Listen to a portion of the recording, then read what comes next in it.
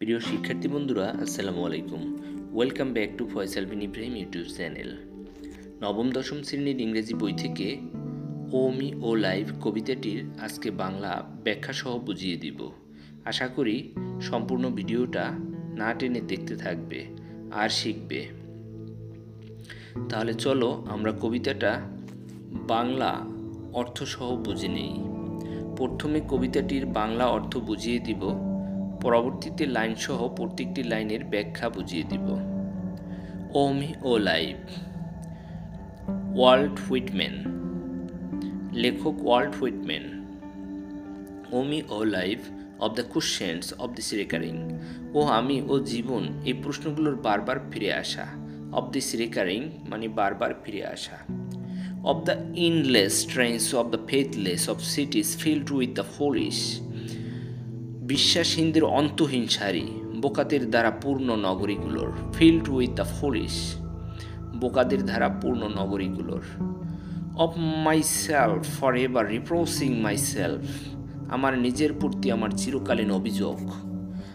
For who more foolish than I and who more faithless, কারণ আমার চেয়ে বেশি বোকা আর কে, আমার চেয়ে বেশি অবিশ্বাসী আর কে।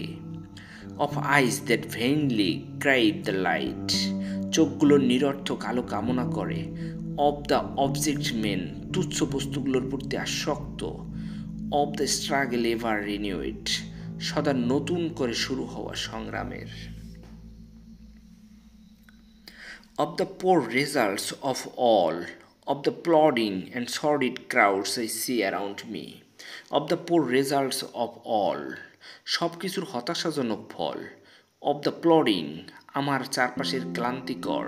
And sordid crowds I see around me, এবং ঘৃণ্য ভিড়ের। অব দ্য এমটি, অন্যান্যদের মতোই শূন্য।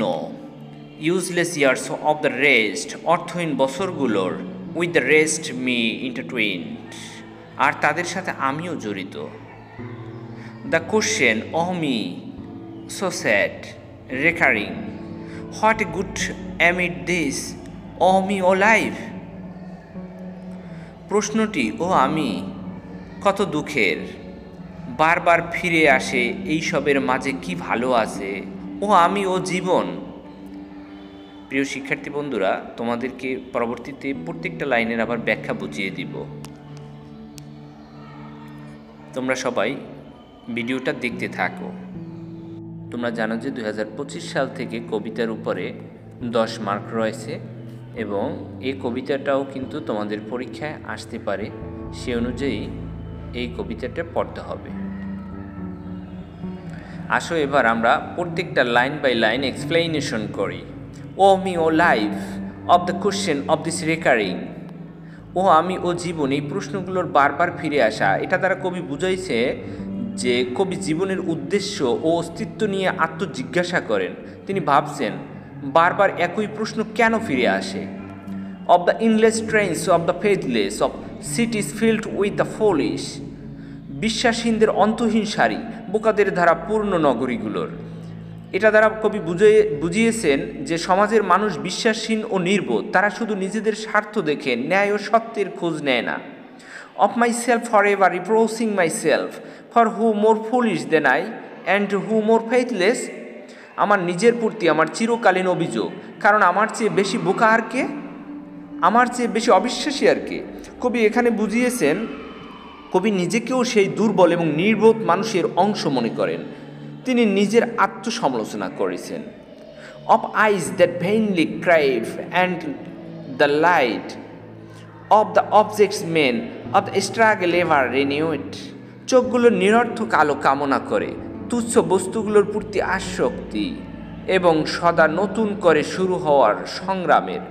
কবি এ লাইন দ্বারা বুঝিয়েছেন মানুষ আলোর বলতে এখানে সত্য জ্ঞান সন্ধান করে, কিন্তু তারা তুচ্ছ বস্তুতে বিভ্রান্ত হয়।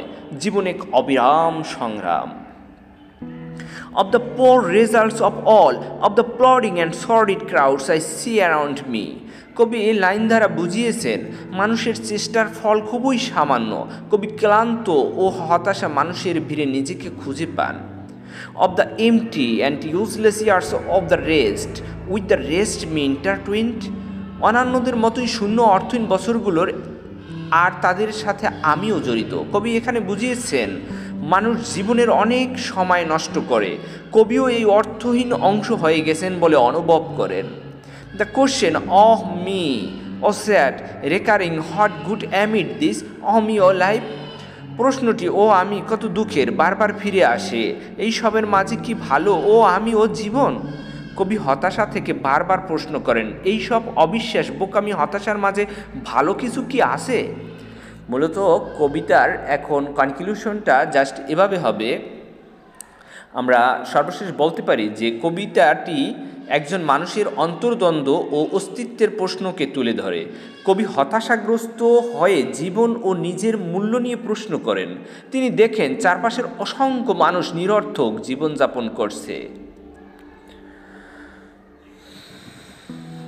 ধন্যবাদ সকলকে